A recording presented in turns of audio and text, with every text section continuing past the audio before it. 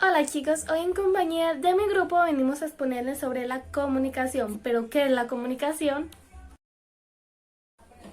Les cuento que la comunicación constituye el elemento socializador por excelencia y es el único medio para la formación de grupos y sociedades. La comunicación constituye el instrumento ideal para controlar nuestro entorno. Por medio de ella podemos enviar mensajes, recibir mensajes o de la misma manera evitar que nos lleguen mensajes. Además de esto, la comunicación constituye la base para las relaciones sociales del individuo y permite que se construyan las sociedades y además de esto que el individuo puede unirse al grupo. Ahora bien, vamos a indagar más sobre el grupo como sistema social de redes de comunicación. La comunicación es la esencia misma de todo, grupo humano, sistema social o organización. Es por esto que la comunicación es un proceso social de indudable importancia para el funcionamiento de grupos, organizaciones y sociedades, y es la base para la expresión y comprensión de los procesos básicos que se realizan en el grupo. Tales procesos como la influencia, por ejemplo. Cualquier individuo es influenciado, ya sea por su entorno cultural, su entorno social o su entorno grupal.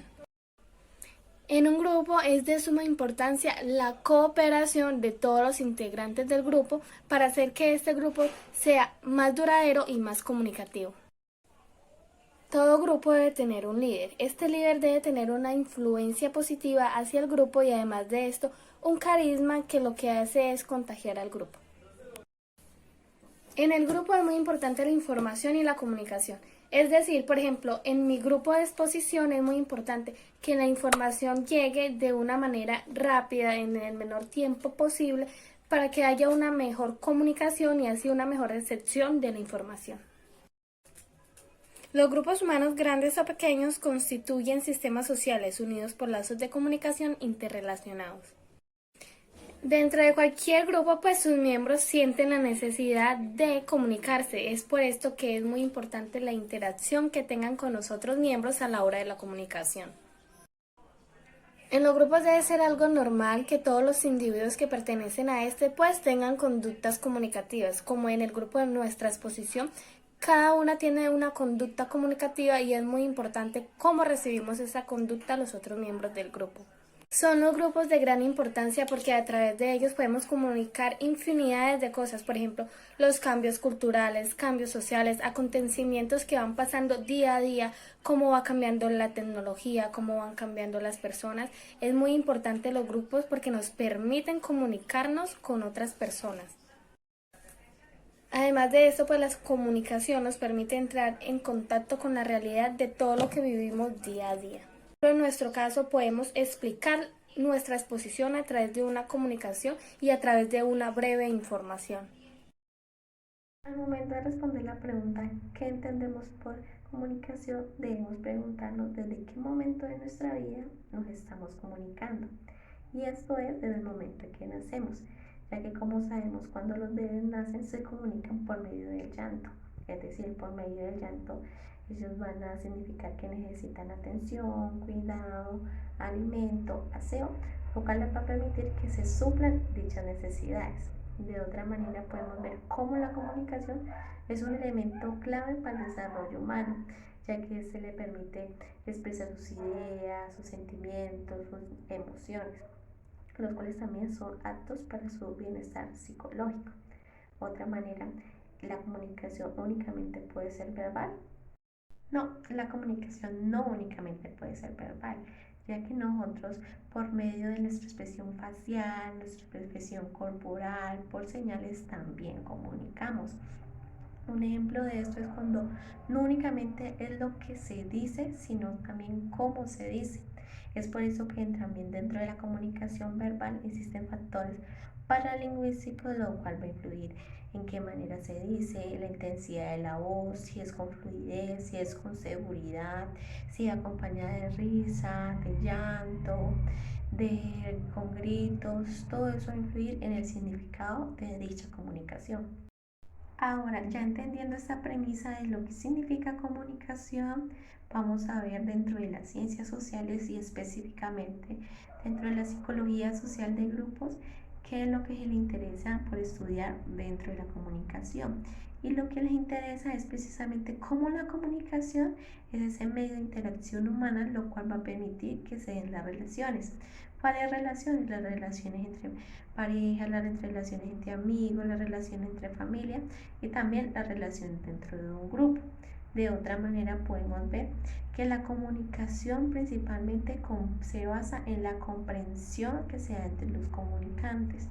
Es decir, que entre esa relación entre pareja, amigos, familia, sea una comunicación que sea comprensiva. De otra manera podemos ver que dentro de un grupo, entre mayor comprensión y entre un mayor grado de comunicación haya, pues mayor madurez y mayor crecimiento va a haber dentro de cada individuo y sobre todo sobre el grupo. Ahora sí, ¿cómo logramos que dentro de un grupo se dé una buena comunicación y una buena comprensión?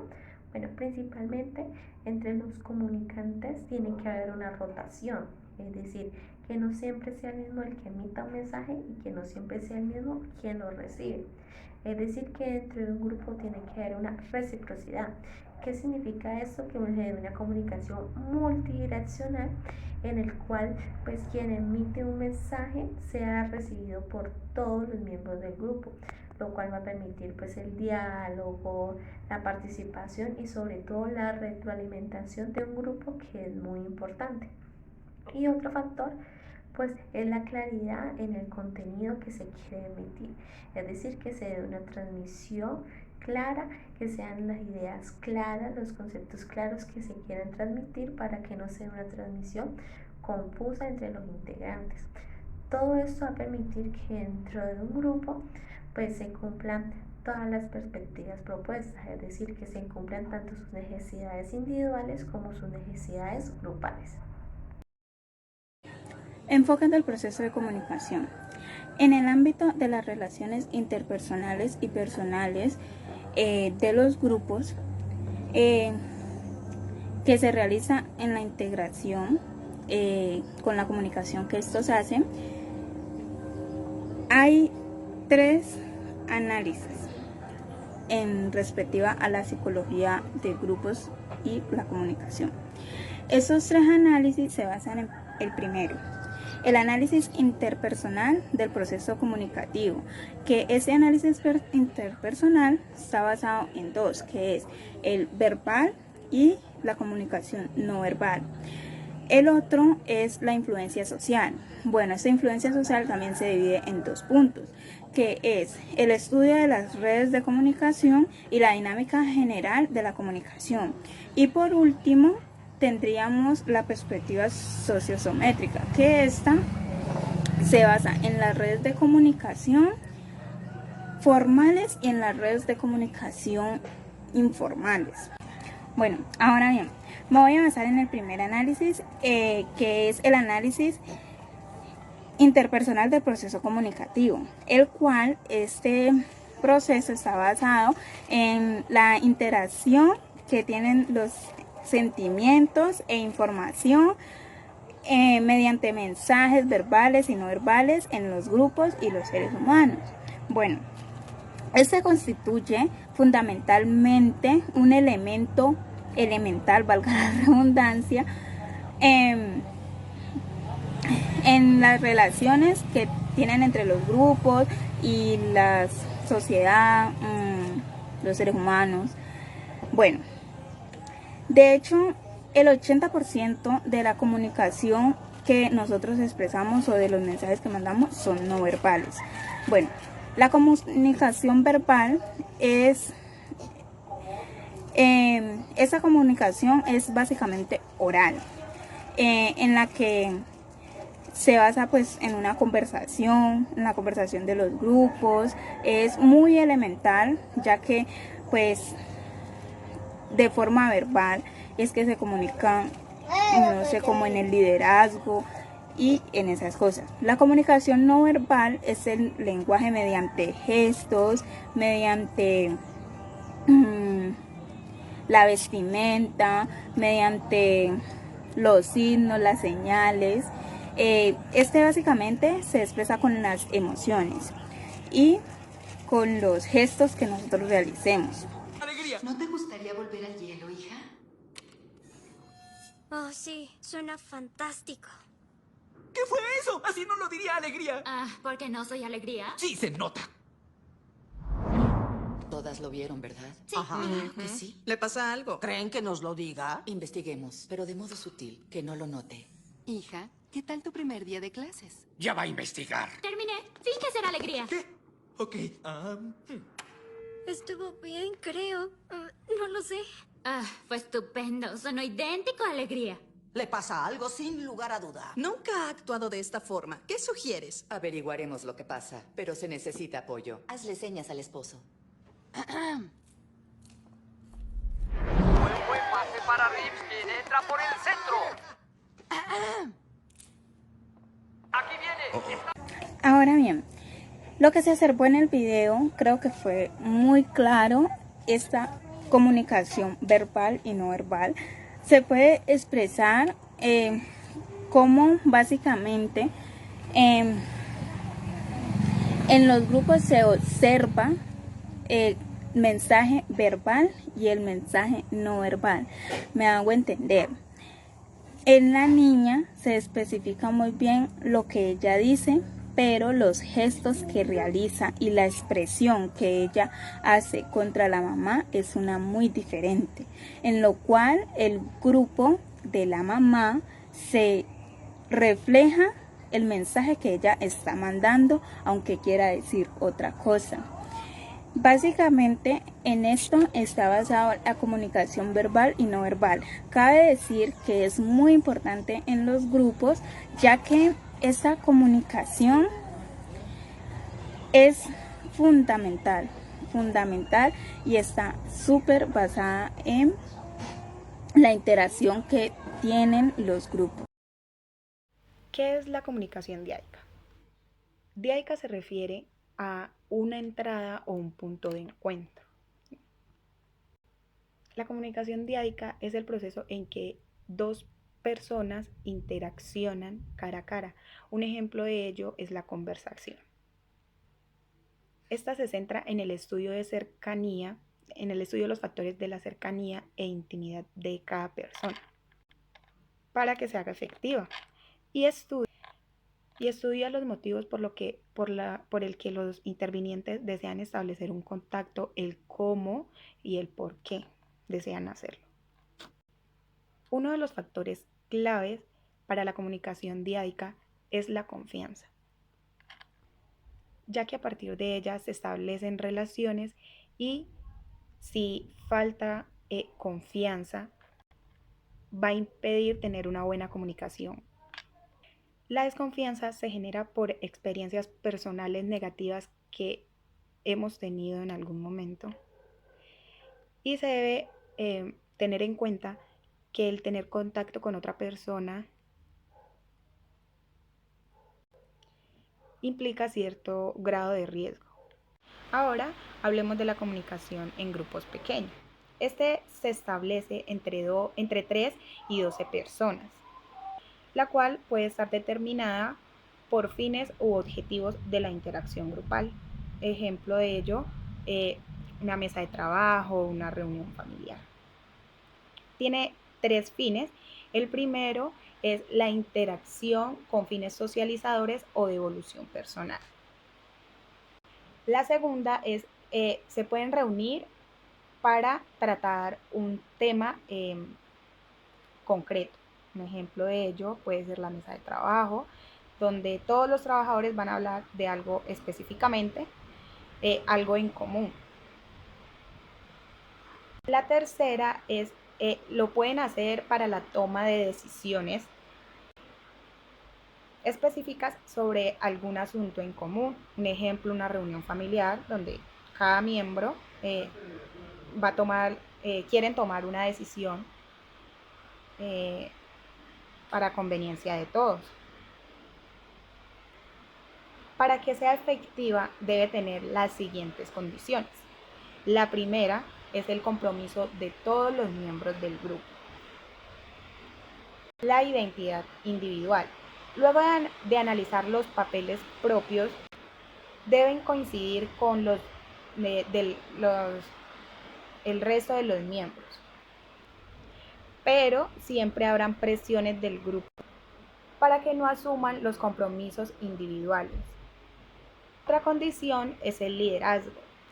Siempre se debe escoger un líder, pero este debe estar de acuerdo con ser un líder, con ser el líder. Incluso luego de tener un líder, siempre habrán choques entre algunos miembros del grupo, cuales van a querer imponer sus puntos de vista. Se debe tener en cuenta que para escoger el líder, este debe estar dispuesto y comprometido con la labor de tener el liderazgo. Otra condición son las normas grupales. Esta determina los parámetros de comportamiento de sus miembros, la identidad del grupo y sus objetivos. Si algún miembro se separa de las normas, esto genera una ruptura en la comunicación. Comunicación en grupos grandes o en situación de público es cuando hay un intercambio, en donde hay un intercambio continuo, cuando se interviene en un grupo grande para dirigirse al resto de sus miembros, se ha de tomar el rol de emisor, es decir,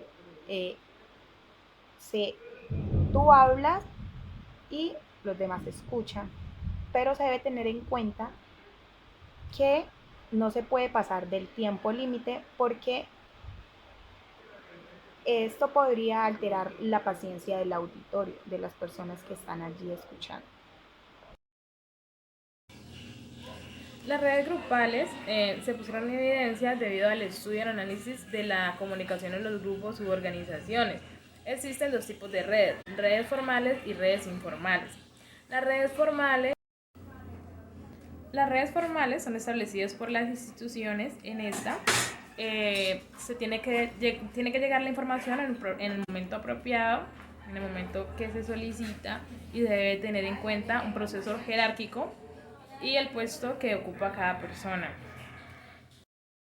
Luego está la red en círculo o red en estrella, que es donde un individuo que está en el centro se comunica con todos, por decir el jefe les brinda una información a los demás miembros de la empresa en una reunión, o por decir un ejemplo. Comunicación Y. Bueno, la comunicación en Y consiste en que un directivo habla con dos superiores y con dos subordinados. Entonces, los subordinados un subordinado le da la información al otro, él se la da al directivo y el directivo a los superiores, formando una Y. En las redes informales ya vemos una comunicación espontánea. Las relaciones o las conversaciones se producen por afinidad o por elección personal, necesidad personal. Es las comunicaciones que yo tengo con mis primos, con mis tíos, con mi mamá, con amigos, etc.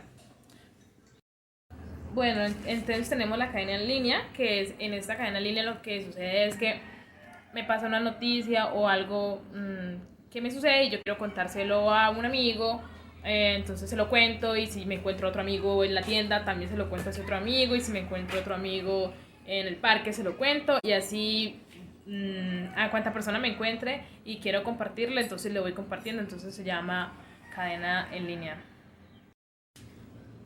Cadena casual. Bueno, en esta cadena la información no tiene un orden, es de manera pues de vez en cuando. Entonces pues se brinda una información y digamos cuando alguien me cuenta algo, me dice, ay, dile a tal persona, pero no le digo en el momento apropiado, en el momento que me dice, sino que pasa el tiempo y digo, ay, el otro día me encontré a tal persona y me dijo que te dijera esto y esto y esto. Eso se llama una cadena casual. Cadena reticular. Bueno, en la cadena reticular lo que pasa es que, digamos, cuando le mando una razón a alguien y esa persona no brinda la información como yo la mandé, ni en el momento que la mandé, sino que, digamos, se le olvida, entonces lo que pasa es que se corta la comunicación y ya luego me toca a mí como personalmente buscar a esa persona y darle la información. Eso se llama cadena reticular, cuando se corta la información y no se transmite de la manera pues que se estipuló desde un comienzo. Y por último está el rumor, que el cual pues tiene aspectos positivos y también tiene aspectos negativos.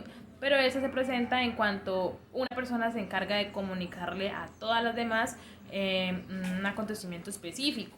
Puede ser, por un ejemplo, cuando una persona va a cumplir años y alguien se encarga de decirle a los demás y entre todos se comunican la información y le preparan una sorpresa. O cuando a una persona le pasa algo negativo y una persona se entera y le comunica a todos los demás creando un rumor. Comunicarle a todas las demás un acontecimiento específico. Puede ser, por un ejemplo, cuando una persona va a cumplir años y alguien se encarga de decirle a los demás y entre todos se comunican la información y le preparan una sorpresa. O cuando a una persona le pasa algo negativo y una persona se entera y le comunica a todos los demás creando un rumor. Factores que influyen en la comunicación grupal. Existen unas situaciones en la vida de todos los grupos los cuales intervienen en los procesos de comunicación de sus miembros. Algunos de esos son estimular a las personas a pensar activamente, estimular a que escuchen correctamente, promover la cooperación interpersonal, desarrollar cualidades y virtudes personales como la responsabilidad, la autonomía y la creatividad. También a superar las barreras interpersonales como temores, sentimientos de inseguridad, inhibiciones y muchas otras. Pero los factores más destacados son de relación interpersonal, el tamaño del grupo, la creación física, el tiempo de comunicación y las condiciones físico-ambientales. Entonces procedo a explicar esos factores importantes. Los primeros serían factores de relación interpersonal. Las relaciones interpersonales son todo un proceso de comunicación verbal y no verbal, a través del cual dos o más personas intercambian ideas y sentimientos, hechos y acontecimientos. Estas relaciones siempre se ven condicionadas por diferentes aspectos que tienen que ver con características particulares de las personas que intervienen en ellas, así como por aspectos culturales, sociales, ideológicos e históricos. De igual manera, las personas establecemos diferentes tipos de relación de acuerdo con los espacios que compartimos con otros, como relaciones laborales y relaciones afectivas. Entonces el líder del grupo es quien juega el papel más importante, ya que él es el encargado de mantener una cohesión mediante la difusión de metas y objetivos que tengan que ver con cada uno de los miembros. Entonces él se encarga de definir roles específicos para cada uno, de tal manera que se mantenga como una actitud motivada y dinámica del equipo hacia el trabajo. Otro factor importante es el tamaño del grupo.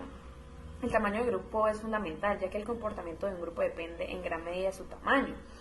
En los grupos, por lo menos en los grupos pequeños, se da una mayor cohesión e interacción y existe más confianza. Los miembros disponen de mejores oportunidades e incluso de más tiempo para intervenir.